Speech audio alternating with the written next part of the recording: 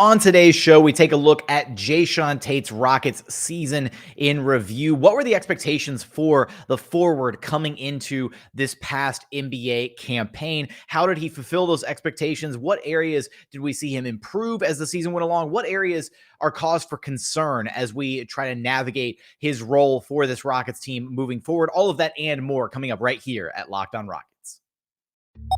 This is Mission Control, Houston. Ignition sequence start. With the second pick in the 2021 NBA Draft, the Houston Rockets select Jalen Green. T-minus 15 seconds. Guidance is internal. I'm going to keep working. I'm going to keep getting better every day. I'm going to keep perfecting my craft. And every time I step on that floor, I'm coming. 6, 5, 4, 3, 2, 1.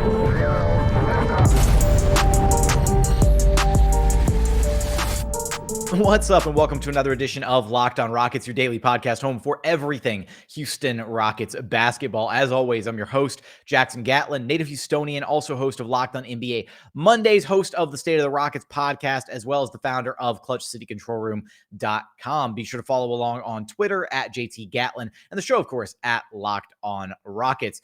For today's episode, we're going to dive into Jae'Sean Tate's season in review, reflecting upon his second campaign with the Houston Rockets, the expectations coming into the season for Jae'Sean Tate, his role as the season progressed, and areas that he needs to improve on as we're looking at this offseason and his role moving forward with this Rockets team and what that may or may not be. So I think when we kind of turn the clock back and we look at his expectations coming into the season, we look at his first campaign with the Rockets, his rookie year, and he nabbed, all rookie first team honors, and he was one of the bright spots in a really kind of down and gloomy season for the Houston Rockets, understandably so, it being the transitional year between, the James Harden era and this new, rebuilding era for the Rockets. And the Rockets fans really latched on to Christian Wood and Jae'Sean Tate as kind of the two young, exciting, building blocks for this Rockets franchise, because we hadn't had a young, exciting player in a long, long time, right? Like Clint Capella was the most recent one. And even then, Clint was, limited in his role for this Rockets team, right? Whereas Christian Wood, we saw doing things that we hadn't seen a big do on the floor for the Rockets in a long time. Jae'Sean Tate was this young, exciting, versatile forward who could, play make and create for others, get his own shots. Like, it was an exciting time, and there was very little to be excited about for this Rockets team. So we kind of latched on to those two guys specifically as like, oh, the future of the Rockets. Yeah, cool. So coming into the season, I think that, there were some question marks about Jae'Sean Tate's role, right, for this Rockets team.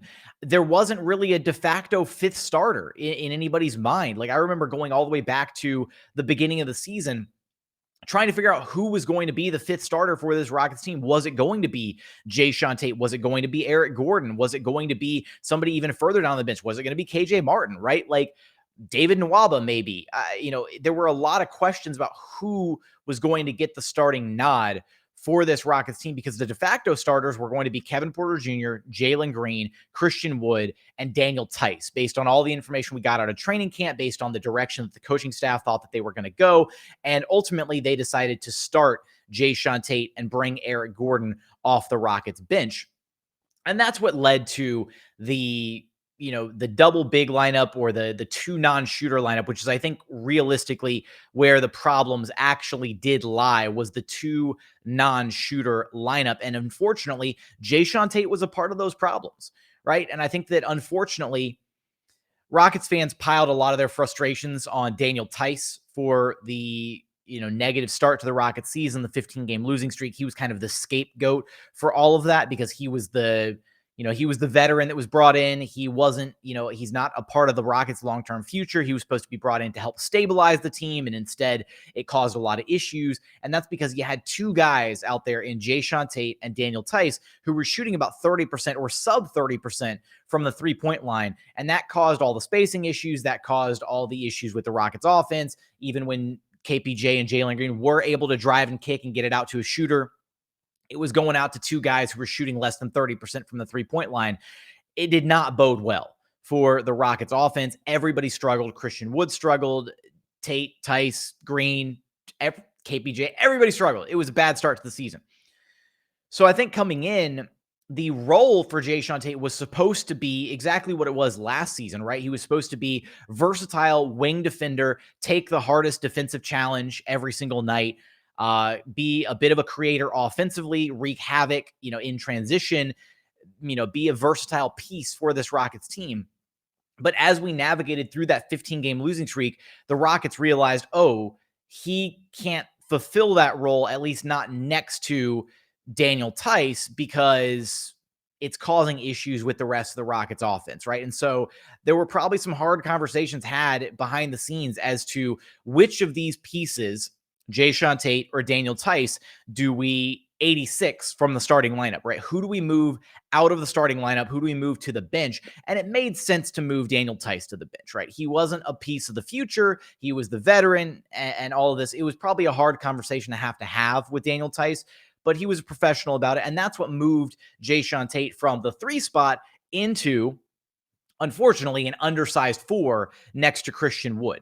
And that's where a lot of the other issues for this Rockets team kind of started to mount, is they were an undersized team as the season went along, because coming in, they didn't really expect to run Christian Wood at the 5. They wanted to run Jae'Sean Tate at the wing spot, but because of the shooting issues, because of the spacing issues, they just couldn't afford to do that. And so that's where we got Eric Gordon plugged into the starting lineup. We started to see, the Rockets actually, make do with their spacing. They started to, find a modicum of success where they moved Jae'Sean Tate to the 4 spot, Christian Wood to the 5 spot. And that's where, the rest of the season kind of started to, I guess, I don't want to say take off, because this Rockets team never really took off, but that's where we started to see the Rockets actually find some success with Kevin Porter Jr. and Jalen Green. That's where the roles kind of shifted a little bit for Jae'Sean Tate. So we'll take a look at some of his best games, worst games. We'll take a look at some of the numbers from the season as he,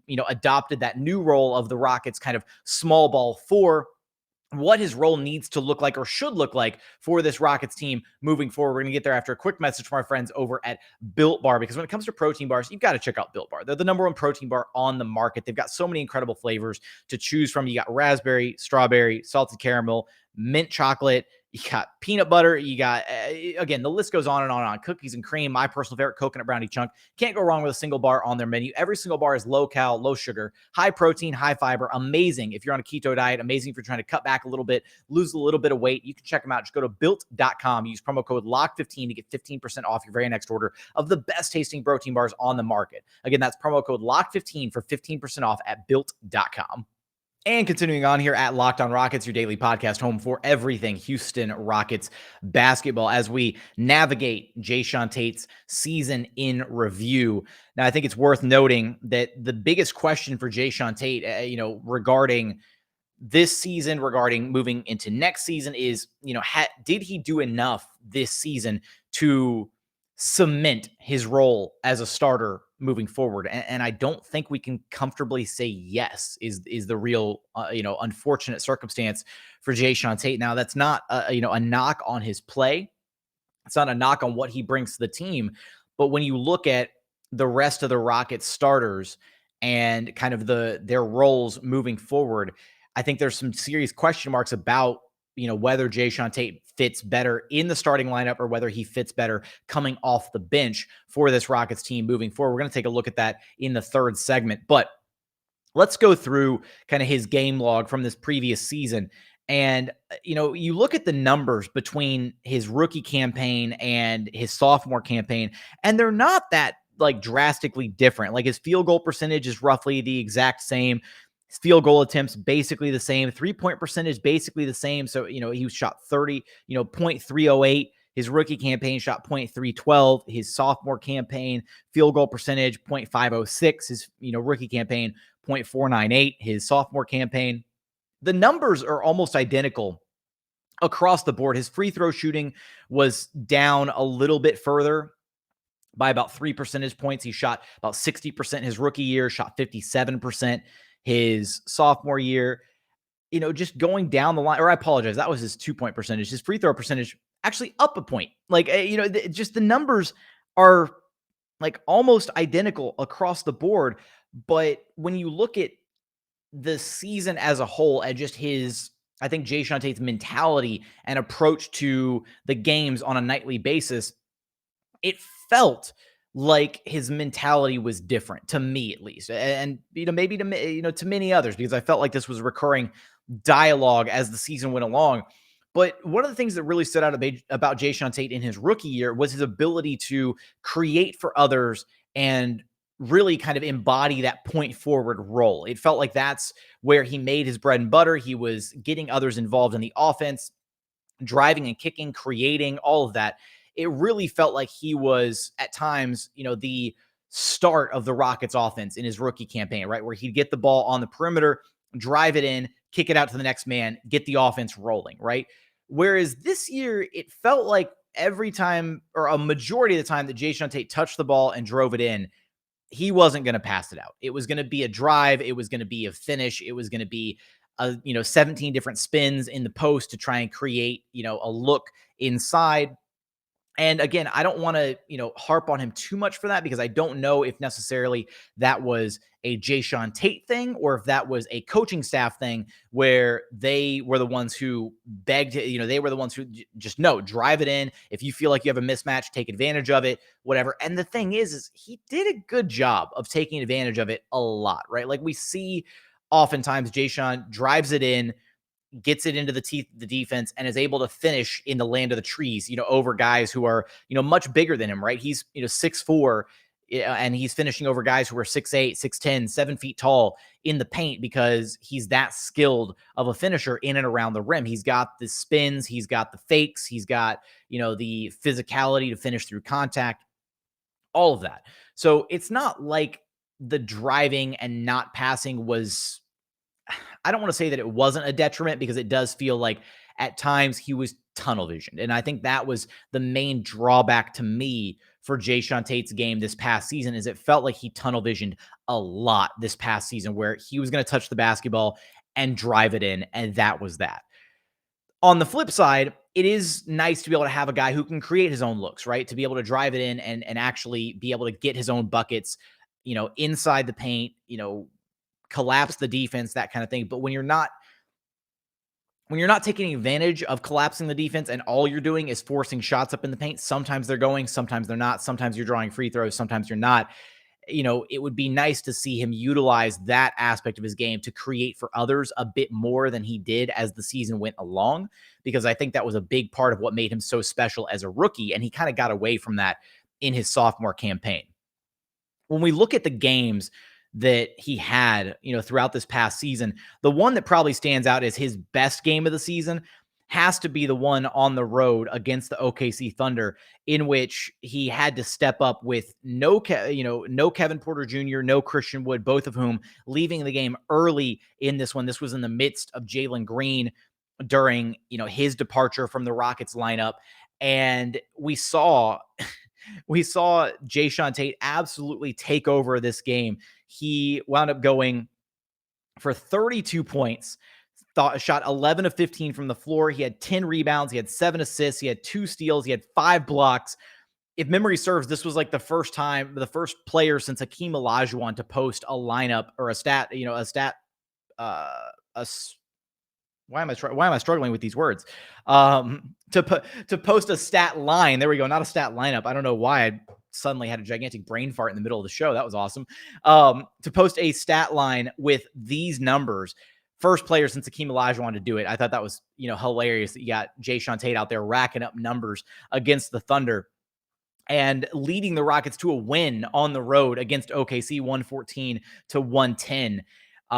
This was a kind of a wacky game, but we saw Jae'Sean really take over, and the Rocket, everybody was vibing, everybody was having a good time with it. It was a fun, cool game to see Jae'Sean Tate just go absolute hero ball and take over the game. That was probably his best game, because all around, not only did he take over the game offensively, and you really saw Jae'Sean driving into the hole, getting it done on the offensive side, he was also creating for his teammates, right? He had the 7 assists. He was playing strong defense. He had the steals. He had the blocks. This was easily his best all-around game of the season. Now, the inverse of that, the flip side, is when I was looking through, and this was a shock to me, when I was looking through his game log from this past season, he had 37 games, 37 games where he didn't make a single three-pointer. That to me was insane. Like of the games that he played in, so of the 78 games that he played in this past season, half of them didn't make a single three-pointer.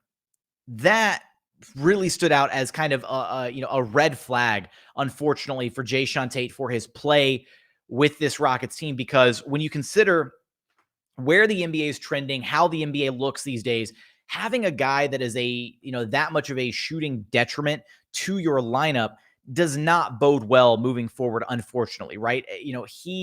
And I think that we look back on this past season, and there were so many times where within the Rockets offense, one team started to scheme against Jae'Sean Tate, unfortunately, because he was a non-shooter.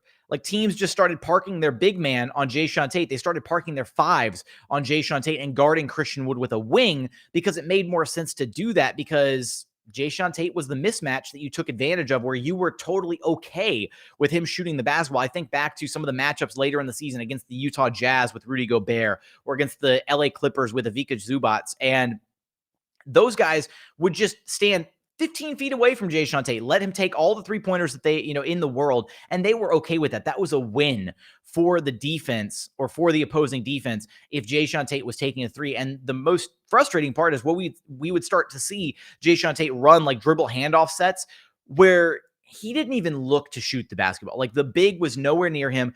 He would immediately get the ball and just didn't look to drive it in, didn't look to create, didn't look to shoot, would just look to run the set.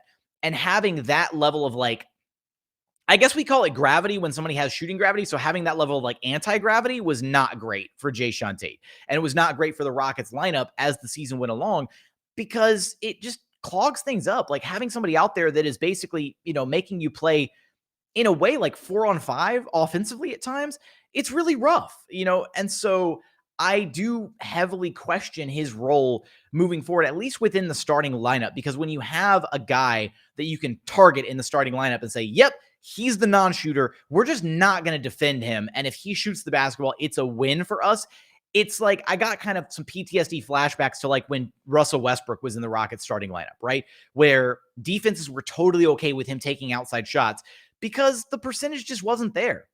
And that's exactly how it was for Jae'Sean Tate this past season, unfortunately. And having to mention Jae'Sean and Russell Westbrook in the same breath really hurts me, because I do love everything that Jae'Sean Tate brings to the table for this Rockets team outside of the lack of shooting. The defense is incredible. The hustle, the heart, the grit, the ability to take the toughest defensive assignment every single night. Offensively, the screening is there. The rolling is there. There's so many elements of his game that are so great, and he's so great at, again, a very versatile player.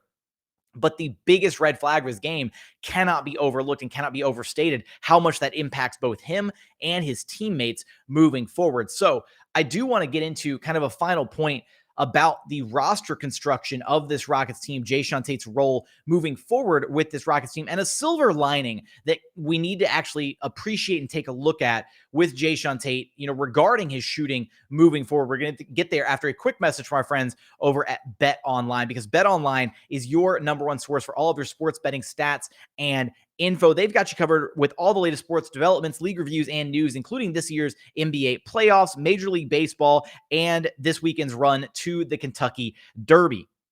BetOnline is your continued source for all of your sports wagering information. They've got you for live betting, playoffs, esports, the NBA draft, and more. And speaking of the NBA draft, you can go to BetOnline right now and figure out take a look at their odds to see who they've got going number one overall in this year's NBA draft. Right now, they've got Jabari Smith Jr., the favorite to go number one overall at plus 100. You've got Paolo Banchero at plus 195 to go number one overall. And then bringing up the rear, or I apologize, mixed up my numbers here. You've got Chet Holmgren at plus 195. I read the wrong line on the website. That's on me. It's actually really easy to read. I don't know how I misconstrued that data. You've got Chet Holmgren at plus 195 to go number one overall, and you've got Paolo Banchero bringing up the rear at plus 300. So for that and more NBA odds, head to BetOnline. Use their website or use your mobile device to learn more about the trends in action available to you. BetOnline, it's where the game starts. And final segment here at Locked on Rockets, your daily podcast home for everything Houston Rockets basketball, as we wrap up our kind of review of Jae'Sean Tate's season for this Houston Rockets team, what the role should look like for Jae'Sean Tate moving forward. And, as the season wound down, I was one of the proponents of, advocating for KJ Martin in the starting role instead of Jae'Sean Tate. And I think a big part of that was there's a certain level of, when you look at some of the role players around this league, guys who understand and fulfill their role, the niche role that they probably have within a given offense, within a given, scheme, team dynamic, whatever. And as the season went along, it felt like KJ Martin embodied his role a little bit better, at that wing spot than Jae'Sean Tate did, with the sense of, he understood he's coming in, he's setting hard screens, he's playing in transition, play good defense, shoot the three ball when it's open. That's it. He didn't try to do too much. And I think that with Jae'Sean Tate at times, there's a bit of a desire on his behalf. And again, maybe this is from the coaching staff, maybe it's just a Jae'Sean Tate thing, maybe it's a little bit of both, to do too much, right? Where he's, gets the basketball, tries to drive it in and create and do this, that, and the other thing. And he's, trying to create his own offense. And, at times that sometimes works. And at times it becomes, kind of, I don't want to say ball stoppery-y, kind of, it would clog up the offense in the sense like Jae'Sean Tate would get the basketball and you knew that he wasn't going to pass it to the next guy. You knew he was going to drive it in. And, so I don't want to call him a black hole offensively, but things just didn't flow as much with Jae'Sean on the floor. Whereas with KJ, it felt like things just moved a little bit better. Things operated a little bit better. The offense ran through Jalen Green and Kevin Porter Jr. better when KJ Martin was on the floor.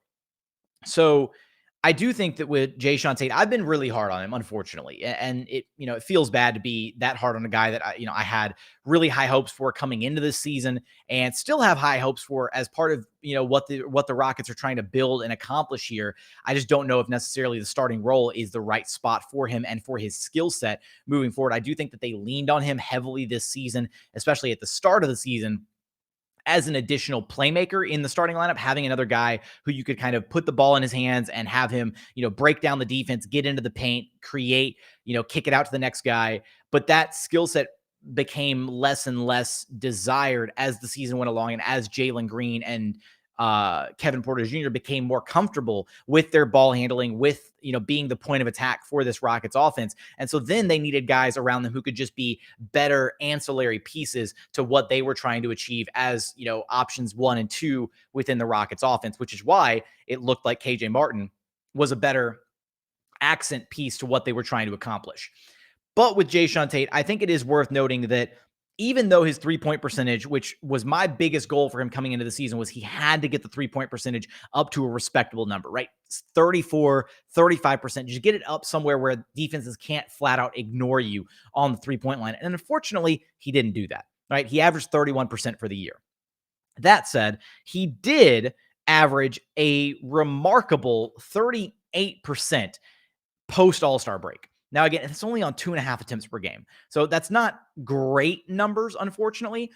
And I need to see him sustain it over the course of the season, right? It can't just be for stretches throughout the season where, he's shooting 38, 39, 40% for 10, 15 games. Needs to be over the course of an entire season. But that is a silver lining that bodes well moving forward, because if Jae'Sean Tate can get that 3-point shot up to a consistent 35, 36, 37%, then you have on your hands a really talented, versatile role player, somebody who is deserving of a starting spot, somebody who can, if he plays to his role, right? If he's playing the 3 spot, if he's not playing an undersized 4 role, can be a really great piece of a team moving forward, because then you've got a really strong, like 3-and-D wing who's hitting the 3 ball at a decent clip, on decent volume, who can defend at a high level, who can create, who can get out in transition, who can run the fast break, who can do so many different things, basically a Swiss Army knife on the floor, right?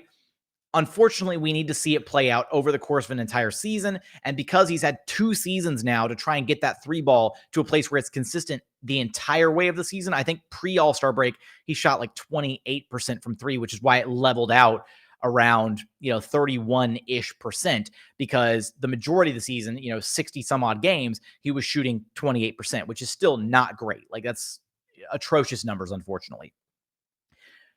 But when you look at the roster construction and the makeup for this Rockets team, and this is where I still come away thinking that KJ Martin is probably the answer moving forward at the 3 spot for the Rockets. And I say the 3 spot because Jae'Sean Tate played the 4 this past season, right? When the Rockets shifted Christian Wood up to the 5, they put Jae'Sean Tate at the 4. He was playing an undersized role at the 4, even though he was capable of guarding some of the other bigger, stronger players at the 4 spot. This Rockets team has been a small team for a long time, right? You go all the way back to the Pocket Rockets days in the bubble, and then you go to last season where they were running Christian Wood at the 5, and then they did run, the double bigs for a little while with Christian Wood and Kelly Olynyk, and that was kind of nice, a nice change of pace, but it was atrocious defensively. So this Rockets team has had like an identity crisis trying to figure out, can we play big guys or not, right? And they tried to play a couple big guys earlier this season. The defense was there. They actually were a decent, kind of somewhat capable defensive team, in the upper half of the NBA defenses, but their offense was so bad it didn't matter. So how do you get the best of both worlds? How do you have guys who are capable defensively? How do you have size on the floor and still be capable offensively? Jae'Sean Tate at the 4 is not the answer for that. Even KJ Martin at the 4 is not the answer for that. These are small forwards. These are wings that you don't want to play at the 4, at least not full time, right? You can play those guys situationally at the 4 spot if you want to go small for stretches of the game and try and use it as a mismatch opportunity. Sure. But doing it full time is how you expose yourself defensively, how you give up rebounds, how you give up second chance opportunities, and you just invite mismatches from the opposing team. I am sick and tired of seeing this Rockets team being one of the smallest teams in the NBA, which is why I'm so excited at the tantalizing possibility of having Jabari Smith or Chet Holmgren or Paolo Banchero, any one of those 3 bigs, you roll them into the Rockets starting lineup, and then you have the opportunity to pair one of those bigs with Jae'Sean Tate or KJ Martin at the 3 spot moving forward. And then you have a sizable lineup because when you look around the NBA landscape, let's take a quick, a quick detour and take a look at the other teams that are in the playoffs right now. All the teams that are in the playoffs have some combination of size and length.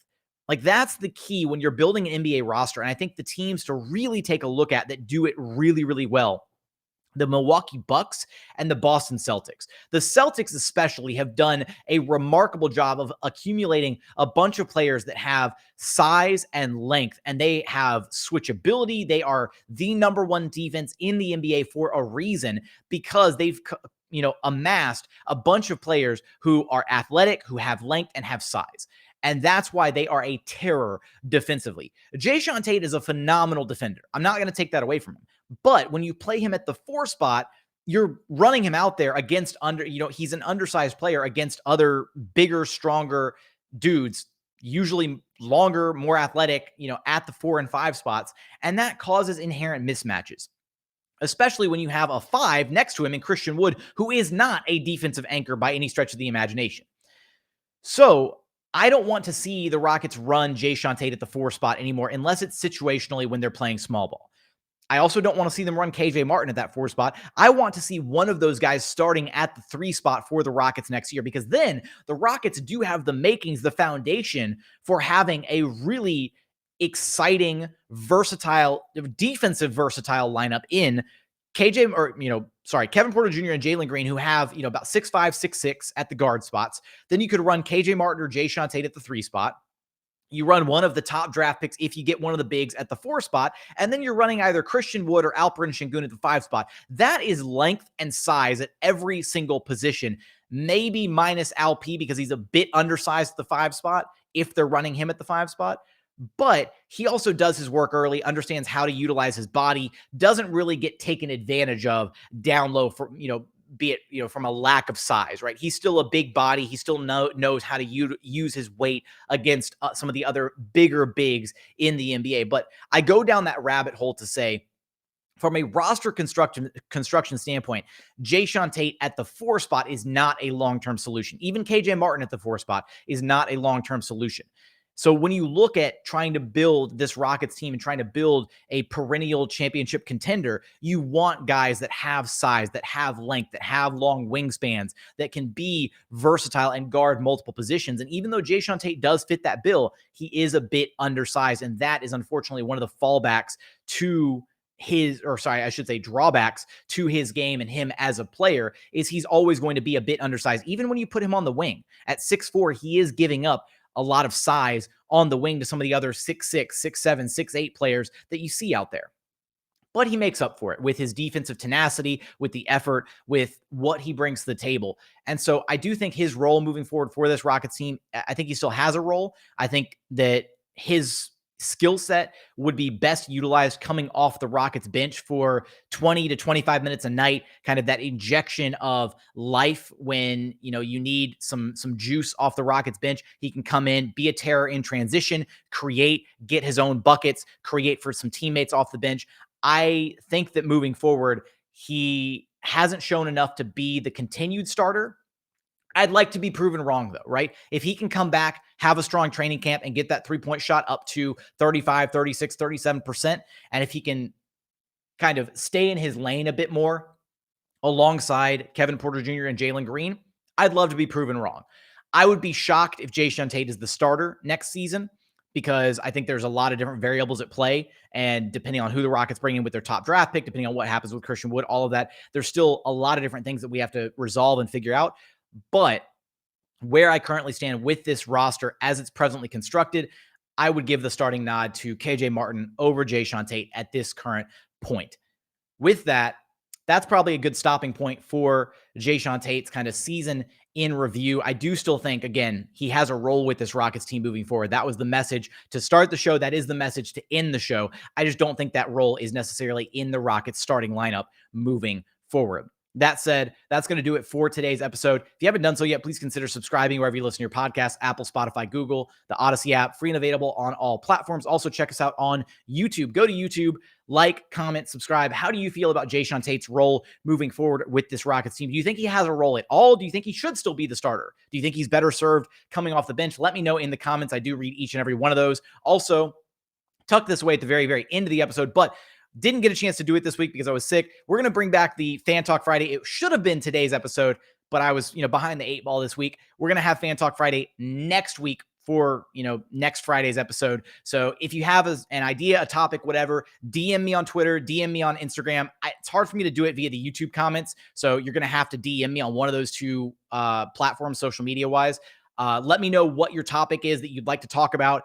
I'll pick 3 different guests. We'll bring you on. We'll talk, 10, 15 minutes about whatever topic you want to discuss. It'll be a ton of fun. Had a bunch of fun doing it this past time around. It was supposed to be this week. We had to bump it off one more week. But with that, as always, I appreciate you for checking out the show. Thank you, as always, so much for watching. Thank you so much for listening. And we look forward to having you back right here at Locked On Rockets, your daily podcast home for everything Houston Rockets basketball.